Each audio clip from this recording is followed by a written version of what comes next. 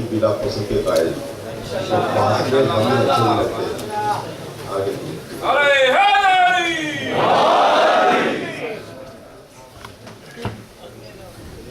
اعوذ باللہ من الشیطان اللعین الرجیم. بسم اللہ الرحمن الرحیم. الحمد للہ رب العالمین. الصلاة والسلام علی اشرف الانبیاء والمرسلین سیدنا و نبینا و طبیب نفوسنا و حبیب قلوبنا و شفیع قلوبنا و مقتدانا و مولانا ابی القاسم محمد.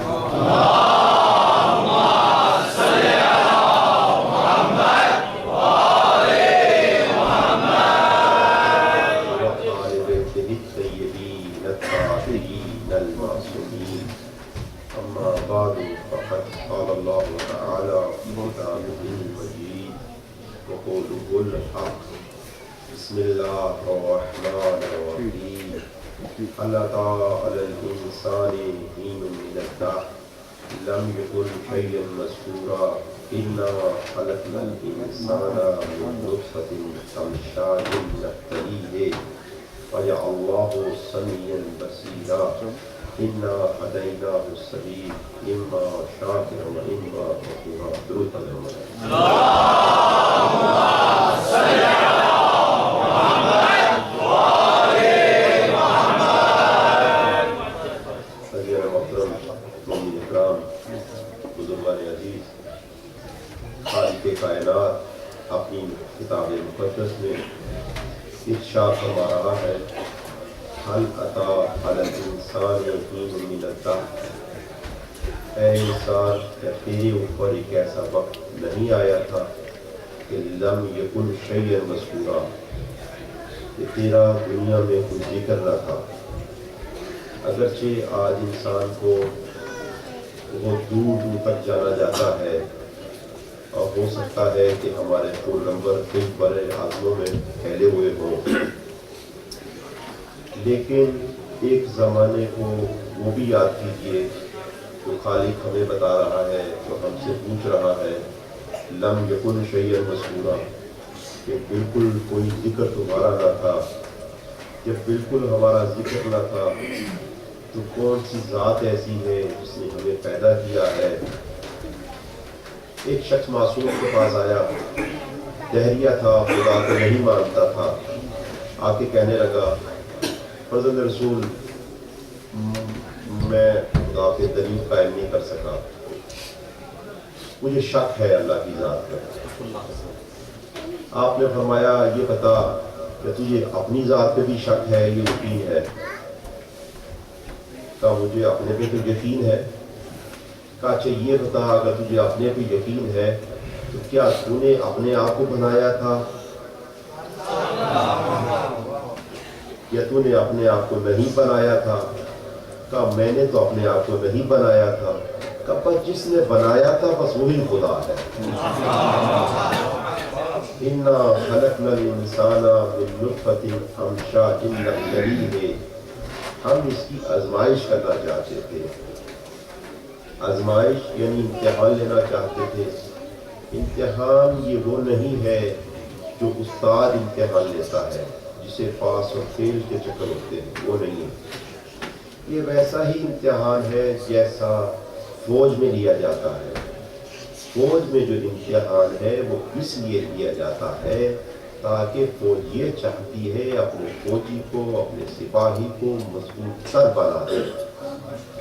تو خدا یہ نہیں دیکھنا چاہتا کہ کون کامیاب ہوتا ہے کون ناکام ہوتا ہے، بلکہ وہ اس لیے امتحانات میں ڈالتا ہے، مشکلات میں ڈالتا ہے تاکہ اس بندہ مومن کو مضبوط سے مضبوط تر بنا دے. فرمایا انا خلقنا الانسان من نطفة امشاج نبتلیہ فجعلناه سمیعا بصیرا. ہم نے انسان کو قوت سماعت بھی دی ہے، قوت بصارت بھی دی ہے. پروردگار یہ سب کچھ کس لیے؟ انا ہدیناہ السبیل اما شاکرا و اما کفورا. ہم اسے دو رستے دینا چاہتے تھے تاکہ یہ دیکھیں کہ ان دونوں رستوں میں سے کون حق کو انتخاب کرتا ہے اور باطل کو انتخاب کرتا ہے۔ تو مومنین، یہ جو کربلا ہے یہ نام ہے راہ حق کو انتخاب کرنے کا، اور یہ جو لشکر یزیدیت ہے یہ نام ہے راہ باطل کو انتخاب کرنے کا۔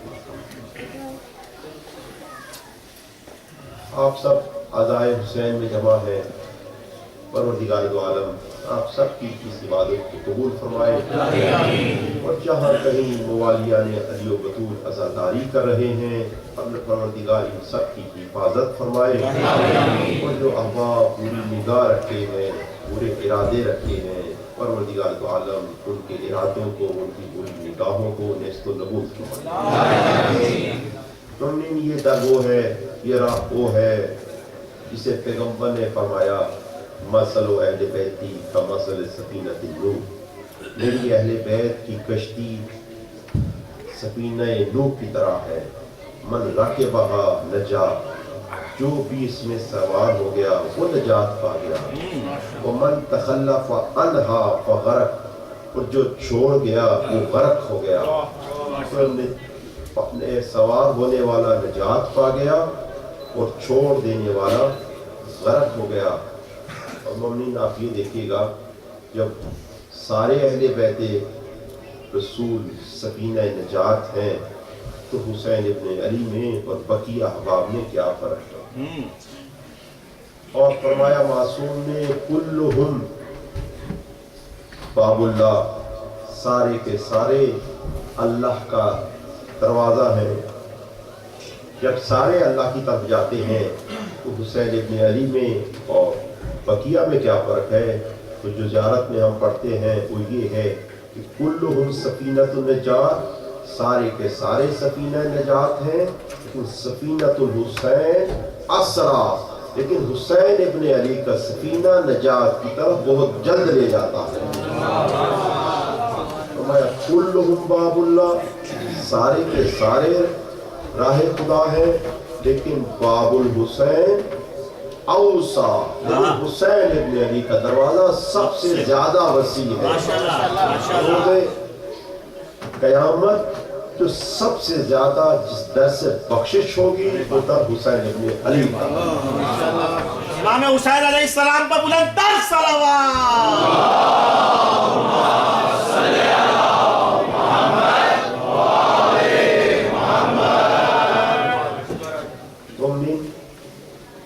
آپ دیکھ رہے ہیں آپ کی کثیر تعداد روز عاشوراء کے واقعے کے اوپر آپ دیکھ رہے ہیں کہ اس کو 1400 سال بیت گئے ہیں، اور آپ سب روز عاشور اور مسلسل گریہ فرما رہے ہیں۔ آپ نے دیکھا کہ ہم سب کے جب باپ یا دادا دنیا سے چلے جاتے ہیں، جتنے بھی انسان ہیں تو انسان اس پہ بہت روتا ہے، وہ بھی غم ہے۔ یہ حسین ابن علی کا یہ بھی غم ہے۔ ان دو غموں میں فرق کیا ہے؟ جو انسانوں کے باپ دادا دنیا سے جاتے ہیں اس غم میں اور اس غم میں فرق کیا ہے؟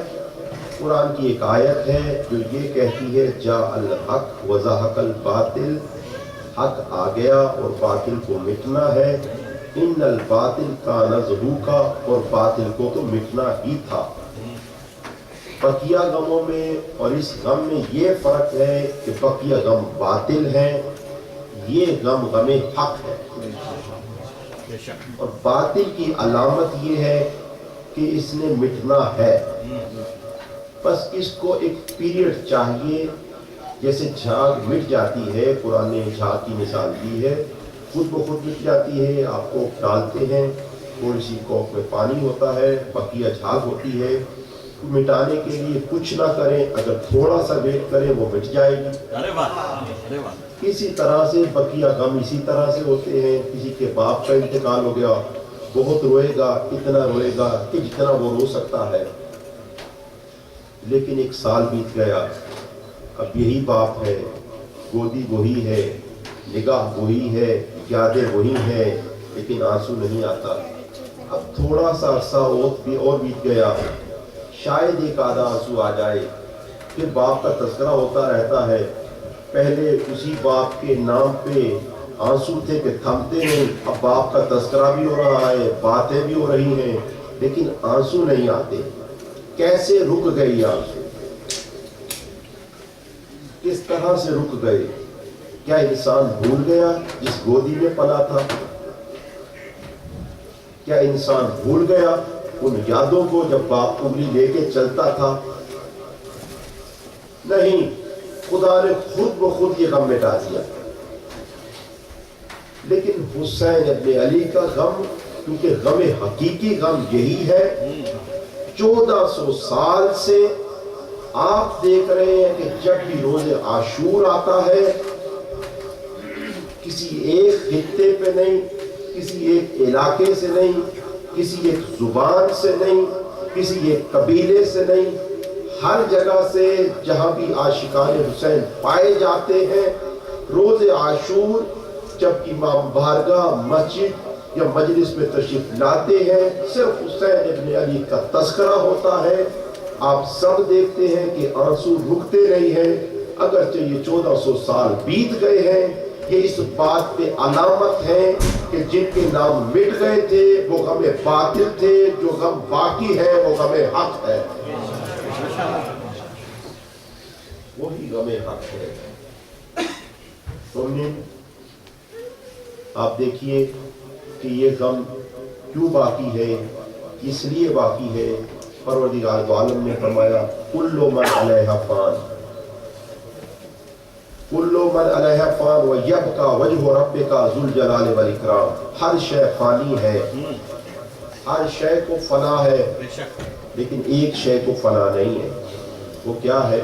الا، ہر شے فنا ہو جائے گی، یبقی وجہ ربک، تیرے رب کا چہرہ باقی رہ جائے گا۔ یہ رب کے چہرے سے کیا مراد ہے؟ کہ رب کا چہرہ باقی رہ جائے گا۔ لیکن بات تھوڑی سی باریک ہے، صاحبان بصیرت کو اس کرنا چاہتا ہوں۔ چہرہ سبب بنتا ہے شناخت کا، یعنی وہ ذات جس سے، یعنی وہ حصہ، وہ چیز جس سے انسان کی شخصیت پہچانی جائے، اسے کہتے ہیں چہرہ۔ مولا علی کا ایک لقب ہے وجہ اللہ۔ ہم مولا علی کا نام لیتے ہیں، تھوڑا تھوڑا آگے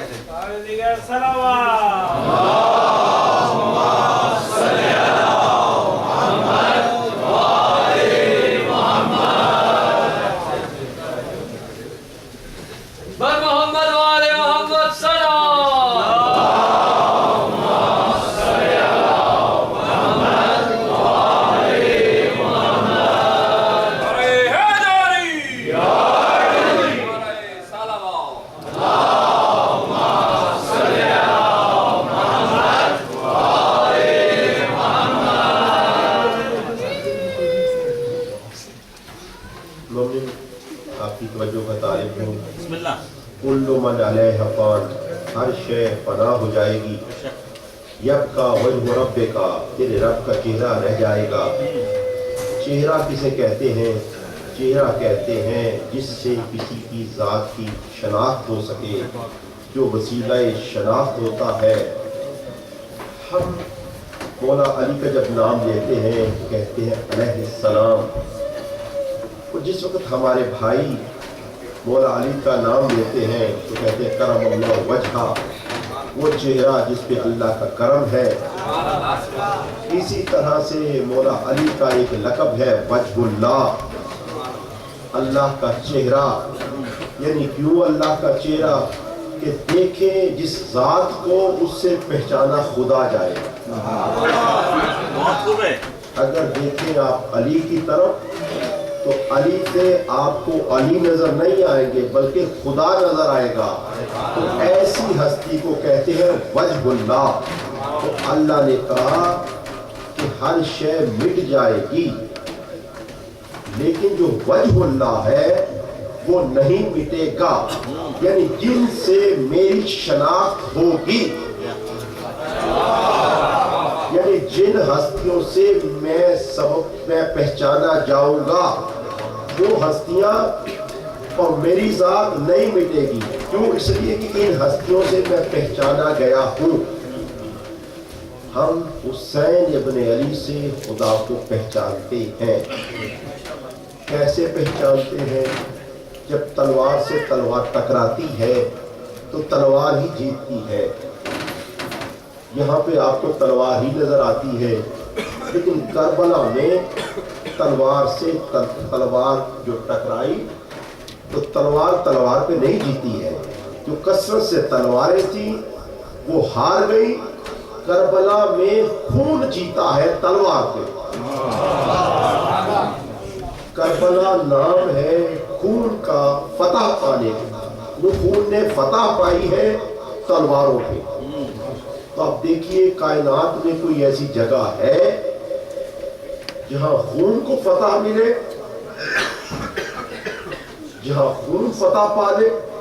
یہاں سے ہمیں خدا نظر آتا ہے کہ خدا کی ذات نے، جب امام حسین شہید ہو گئے تمام اصحاب شہید ہو گئے، امام کے ساتھی شہید ہو گئے، بنو امیہ والے وہ جشن منا رہے تھے، لیکن آپ نے دیکھا کہ پورے زمان کے ساتھ ان کا نام لعنت بن گیا، ان کا شجرہ ختم ہو گیا، لیکن حسین ابن علی کی ذات باقی ہے۔ یہی ہے کہ جو چہرہ خداوندی ہے وہ نہیں مٹے گا۔ اور قرآن نے یہ بھی فرمایا اذکرونی فاذکرکم، دیکھو میرا ذکر کرو میں تمہارا ذکر کروں گا۔ تو خدا نے ایک وعدہ کیا ہے انسانیت سے کہ لوگوں کہ چاہتے ہو کہ تمہارا ذکر باقی رہے تو میرا ذکر کرو میں تمہارا ذکر کروں گا۔ یہ خدا کا وعدہ قرآن میں ہے۔ حسین ابن علی نے خدا کا ذکر کیا، کس انداز سے کیا؟ آپ دیکھیے ہر لاشے پہ خدا کا ذکر کیا، جب بھی کوئی لاش اٹھائی، اور یہاں تک ذکر کیا کہ نوکے نیزہ پہ بھی قرآن پڑھا، نوکے نیزہ پہ بھی خدا کا ذکر کیا۔ خدا نے بھی وعدہ کیا حسین ابن علی تو نے ہر جگہ میرا ذکر کیا ہے، اب جب تک یہ کائنات رہے گی تیرا ذکر باقی رہے گا۔ نعرہ تکبیر، اللہ اکبر، تکبیر، اللہ اکبر، رسالت یا رسول اللہ، رسالت یا رسول اللہ، حیدری یا حسینیت زندہ باد، حسینیت زندہ باد، یزیدیت مردہ باد، یزیدیت مردہ باد، یزیدیت تیری جد پہ لعنت بے شمار۔ آج 9 محرم ہے، کربلا میں عصر کا وقت ہے۔ جو لشکر جدید والے ہیں انہوں نے اپنے حاکم عبید اللہ بن زیاد کو یہ اطلاع دی کہ حسین ابن علی اس بات پر راضی ہیں کہ وہ کسی اور علاقے میں چلے جائیں، ہند کی طرف چلے جائیں جہاں پہ کہیں جا سکتے ہیں۔ پہلے یہاں روک کے ایک سوال کا جواب یہ دے دوں کہ مولا نے کیوں کہا، اگر کہتے ہو تو میں کسی دوسری طرف چلا جاتا ہوں۔ دیکھیے اگر مولا یہ نہ کہتے تو تاریخ یہ کہتی حسین ابن علی اپنی بات پہ اڑ جاتے تھے، ضدی تھے، نعوذ باللہ من ذالک، اس لیے یہ شہادتیں دی، یعنی یہ راہ حق و باطل نہ تھی، بلکہ یہ تو حسین ابن علی ڈٹ گئے۔ اور جب امام نے کہا کہ کہتے ہو میں چلا جاؤں کہیں اور دوسرے علاقے میں چلا جاؤں، یہ اس بات پہ دلیل ہے کہ یہ سراسر کربلا میں ظلم ہے۔ تو عبید اللہ بن زیاد نے ایک پیغام بھجوایا کہ دیکھو ہم نے تم سے صلح یا حسین ابن علی کو کہیں اور جانے کے لیے یہ نہیں بھیجا، ہم نے تو صرف اس لیے بھیجا ہے کہ حسین سے بیعت کا تقاضا کرو، اگر بیعت نہیں کرتے تو ان سے جنگ کرو. اثر کا وقت ہے.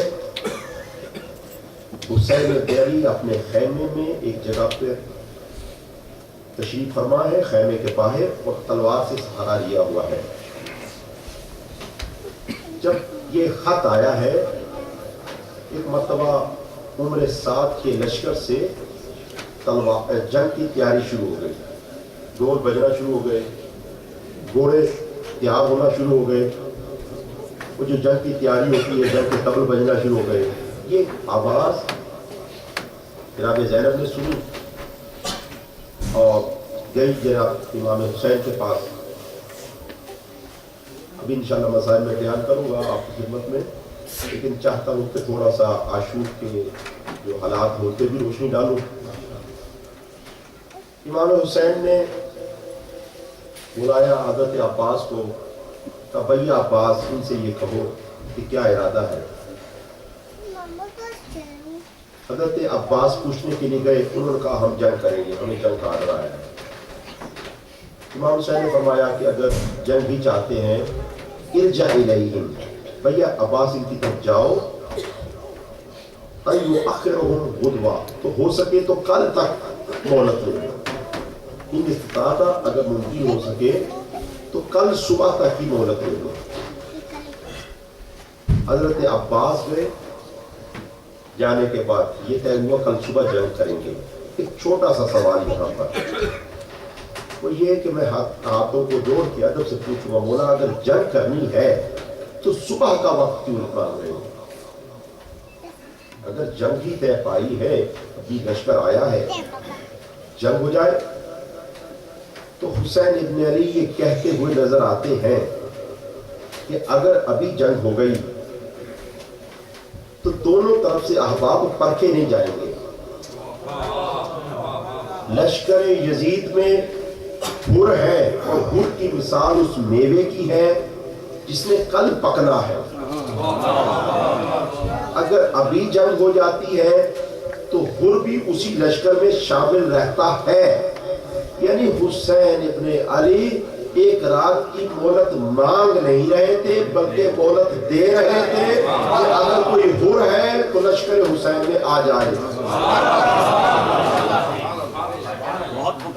کوئی حر ہے تو لشکر حسین میں آ جائے.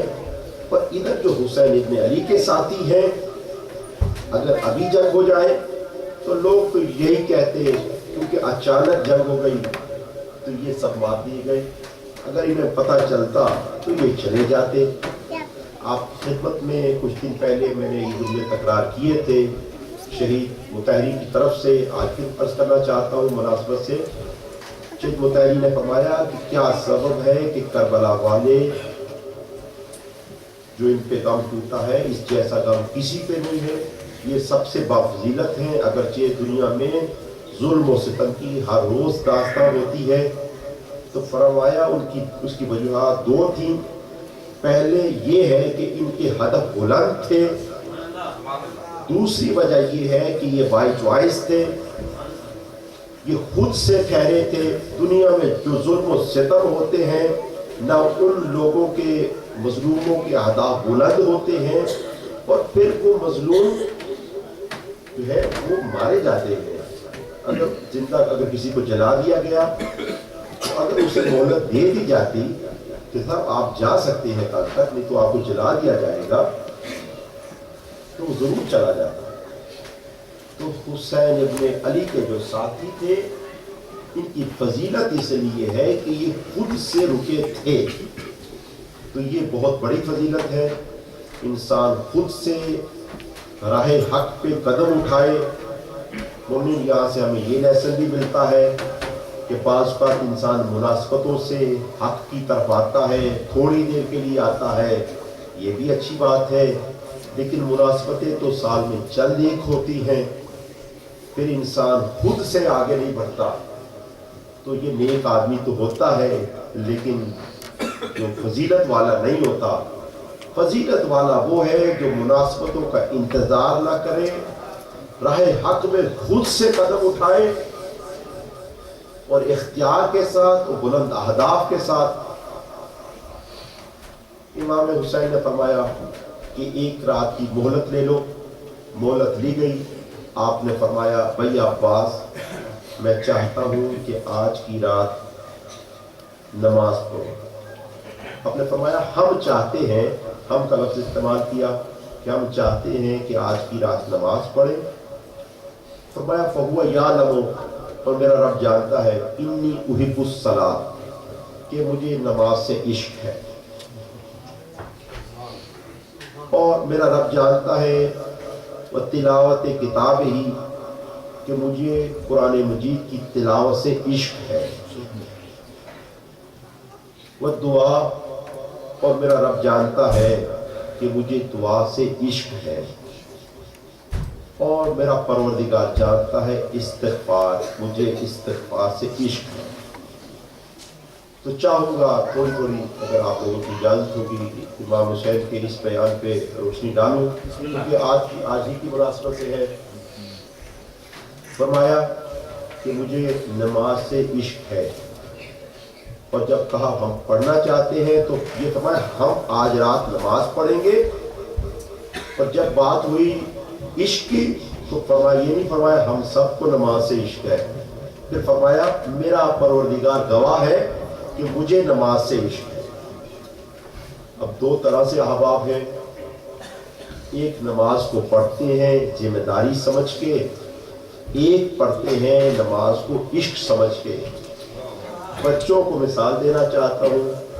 چھوٹے چھوٹے بچے جب اسکولوں میں جاتے ہیں, اب پروردگار ہر امتحان میں انہیں کامیاب کرے. یہ جب یہ چھوٹے بچے جاتے ہیں تو آپ نے دیکھا ہوگا بچے بعض وقت روتے ہوئے بھی جاتے ہیں, محبت نہیں ہوتی, یا تھوڑی دیر بعد بس چلے جاتے ہیں. لیکن یونیورسٹی کے اسٹوڈنٹ بھی جاتے ہیں, اور میں نے یہ بھی دیکھا ہے کہ پارٹ ٹائم جاب کر کے اپنی جو فیس ہے اس کی ادائیگی کرتے ہیں. تو دو احباب ہیں. اچھا اگر پتہ چلے کسی وجہ سے ان کی حالات خراب ہو گئی یا کچھ وجوہات کی بنیاد پہ یونیورسٹی اور یہ اسکول بند ہو گئے, چھوٹے بچے کو پتہ چلے آج ٹیچر نہیں آئے گی, اب سے چھٹیاں شروع ہو گئیں, اور یہی بڑے کو خبر دی جائے کہ یونیورسٹی بند ہو گئی ہے, وہ جو بچہ تھا وہ خوش ہو جائے گا. وہ جو محنت کر کے پڑھ رہا تھا, جسے عشق تھا تعلیم سے, ایک مرتبہ اس کا دل ٹوٹے گا. تو سبب کیا ہے؟ سبب کل اتنا ہے کہ ایک کی معرفت کم ہے تو اس کے جانے پہ خوشی محسوس کرتا ہے, اور ایک کا علم اور معرفت اتنی بلند ہے کہ وہ تعلیم کے رکنے پہ درد محسوس کرتا ہے. تو معلوم یہ ہوا کہ کچھ لوگ جو نماز پڑھتے ہیں بس بوجھ سمجھ کر میدان معرفت میں وہ بچوں کی طرح ہوتے ہیں, پڑھتے تو ہیں بس ایک ذمہ داری سمجھ کے. کچھ حسین ابن علی جیسے ہوتے ہیں جو نماز کو پڑھتے ہیں عشق خدا سمجھ کے. صلوات بر محمد و آل محمد.